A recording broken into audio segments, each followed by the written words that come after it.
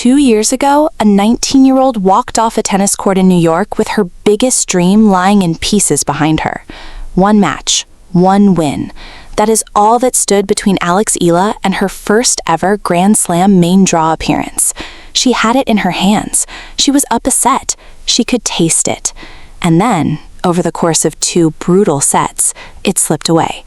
6-3, 1-6, 6-4, to a Romanian named Elena-Gabriela Ruse. Now it is 2 years later. Now it is Cincinnati. Now Eala is a WTA champion, ranked inside the top 20 in the world. And in the second round of this WTA 1000 event, the draw has handed her exactly the player who once ended her Grand Slam dream before it even started. Stay with me, because by the time this video ends, you will understand exactly why people inside women's tennis are calling this the most meaningful second-round match of Eala's career so far. Not because of the ranking gap, not because of the stakes on paper, but because of the 2 years of history sitting underneath it. To understand why this particular match carries the weight it does, you have to understand where Eala actually came from and what she has been carrying every single time she has walked onto a court. She is from the Philippines, a country with almost no tradition in elite women's tennis. No top 100 player before her, no blueprint to follow, no path already carved out that she could simply walk down. Everything she has built, she has had to build from nothing, in a sport where the Philippines had essentially no footprint at the top level. As a kid, she left home for Spain to train at the Rafa Nadal Academy, thousands of miles away from her family, from everything familiar, chasing a version of tennis success that no one from her country had ever really achieved. That is not a small sacrifice for a child. That is years of being away from home, years of homesickness stacked on top of the already brutal grind of trying to become a professional athlete. That is the weight she has carried onto every single court since. Not only her own personal ambition, but whether she asked for it or not, the hopes of an entire country watching to see if she can be the first. First Filipina to do almost everything she has done in this sport so far. First Filipina to reach certain rounds. First Filipina to win a Grand Slam main draw match. First Filipina inside the top 20. Every milestone she hits, she is not just hitting it for herself. She is hitting it as the person opening a door that has simply never been opened before. So when she lost that US Open qualifying match back in 2024, 1 win away from history, 1 win away from her first Grand Slam main draw, it was not just a match. It was not just 2 sets slipping away against a more experienced opponent. It was a closed door. It was the version of the story where the breakthrough does not happen, where the fairy tale stalls out right before the ending everyone was hoping for. And here's the thing about doors like that. They don't close quietly. They stay with you. They sit in the back of your mind on every big occasion afterward, whispering the same question: what if it happens again? Let's go back to that match itself, because the details matter more than most people remember. This was the 2024 US Open qualifiers. Eala, at the time just 19 years old, was ranked 153 in the world. Ruse, older and more seasoned, was ranked 122. On paper, it was close. On the court, for one set, it looked like it was not going to be close at all. Eala came out swinging. She was aggressive. She was confident. She looked, in every sense of the word, like she belonged on that stage. She took the first set 6-3, dictating play, taking time away from Ruse, playing exactly the kind of first-strike tennis that has since become her signature. And then Ruse flipped the script. The Romanian, more experienced and far savvier about how to grind out a wobble in momentum, made a tactical adjustment. She started reading Eala's patterns. She started targeting Eala's backhand specifically, over and over, patiently, methodically, refusing to give the young Filipina any easy rhythm. Slowly, point by point, she took control of the match away from her. Eala lost the second set 1-6. It wasn't just a loss of a set. It was a complete reversal of momentum, the kind that rattles a young player's confidence in real time. And in the third set, despite everything Eala tried, despite whatever fight she still had left in her, the momentum never came back. The final score read 6-3, 1-6, 6-4, in favor of Ruse. Eala's Grand Slam dream, for that year at least, was over. That is the loss. That is the specific, textured, painful shape of what happened 2 years ago. Here's what most casual fans, the ones who only started paying attention to Eala after her breakout run this season, don't fully know. What happened after that loss is arguably more important than the loss itself. It is also worth pausing on who Ruse is, because this is not a name most casual tennis fans would recognize walking into this video, and understanding her makes the rematch far more interesting than a simple story of a rising star against a forgotten opponent. Elena-Gabriela Ruse is 28 years old, currently ranked 77th in the world, a veteran who has spent years grinding through the tour without ever quite becoming a household name outside of tennis circles. She reached a career-high singles ranking of 55, and she has built a genuinely respected doubles resume along the way, including 2 Grand Slam semifinal appearances in that discipline. That doubles pedigree matters more than it might seem, because it tends to produce exactly the kind of player who gives Eala trouble. Someone with sharp hands, smart court positioning, and a feel for construction of a point that raw power alone cannot solve. Ruse is not a player who's going to blow anyone off the court. She's a player who's going to make you beat yourself, patiently, point by point, until you do. That profile is precisely why the 2024 loss stung the way it did, and why it is still relevant 2 years later. Eala did not lose to a bigger hitter who simply overwhelmed her. She lost to a smarter, more experienced tactician who read her game in real time and adjusted before Eala could adjust back. That is a different kind of loss than getting outgunned.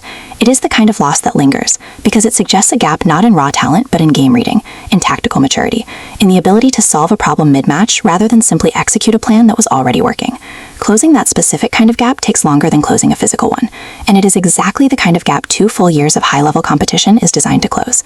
In the 2 years since that defeat, Eala has rebuilt herself into a fundamentally different tennis player, not a slightly improved version of the 19-year-old who lost in New York, a genuinely different competitor, with a different resume, a different ranking, and by every indication, a different level of belief in her own game. She reached the 4th round at Wimbledon, and along the way she beat the defending champion, a result that turned heads across the entire sport. She became the first Filipina in history to win a Grand Slam singles main draw match, doing it at the US Open, the same tournament where 1 year earlier she had not even made it to the main draw at all. She reached the semifinals of the Miami Open, another marquee result against top-level competition. And then came the breakthrough that changed everything, her first ever WTA Tour singles title, won at the Washington Open.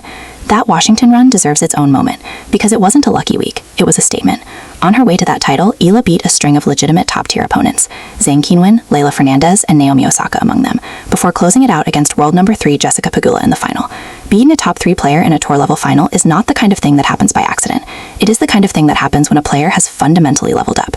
That title pushed her to a career-high ranking of number 20 in the world, a number that 12 months ago would have sounded closer to fantasy than forecast for a player who was still fighting through qualifying draws not long before that. She carried that momentum straight into Toronto, reaching the round of 16 at the National Bank Open before her win streak, 7 matches long by that point, finally came to an end against Olympic champion Belinda Bencic. Even in that loss, the larger picture was clear.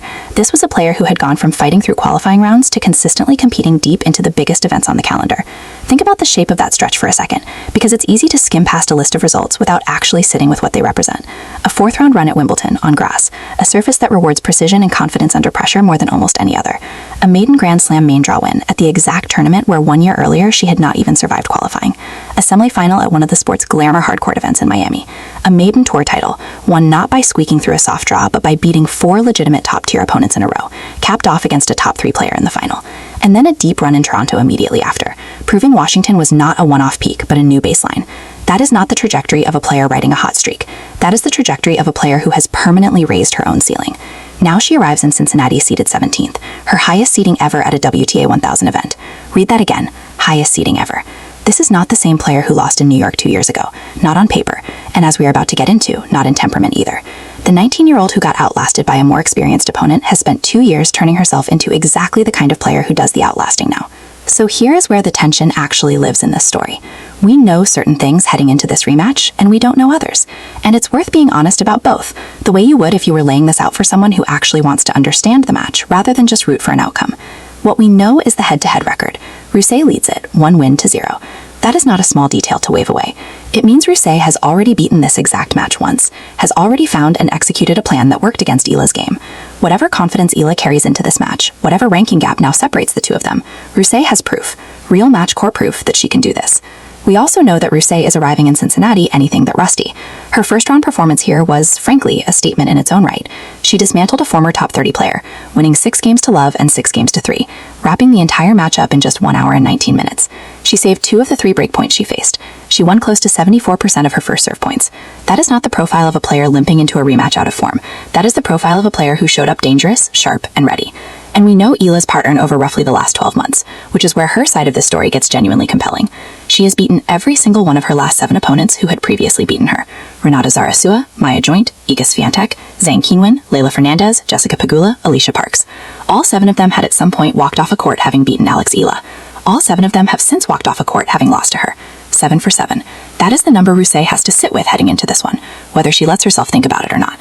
But here's what we don't know, and it's worth sitting in that uncertainty for a second, rather than rushing past it, because that is exactly what makes this match worth watching, rather than a foregone conclusion dressed up as drama. We don't know whether Ruse's original game plan from 2024, attacking Eala's backhand specifically, slowing the tempo down, forcing errors through patience rather than power, still works against the version of Eala who has since beaten 3 top 10 opponents and a former world number 1. Eala at 19 was raw talent, still figuring out how to close matches out. Eala now has a WTA title, a top 20 ranking, and 2 years of high-pressure matches against the best players alive. Whether that accumulated experience has closed the specific tactical gap that Ruse exploited last time is genuinely the open question this match is going to answer. Nobody can tell you the answer in advance. That is what makes it worth watching, rather than just narrating. Let's get into the tennis itself for a moment, because this match is as much a clash of styles as it is a clash of history. Eala plays an aggressive, first-strike baseline game.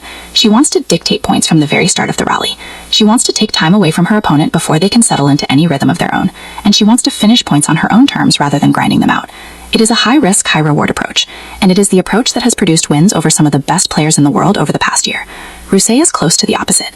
She's a crafty, experienced counterpuncher, a player who does not try to overpower opponents, but instead waits patiently for them to make the mistake themselves. She wins ugly, and she's completely fine with that. In 2024, she got Eala to make exactly that mistake, methodically working over Eala's backhand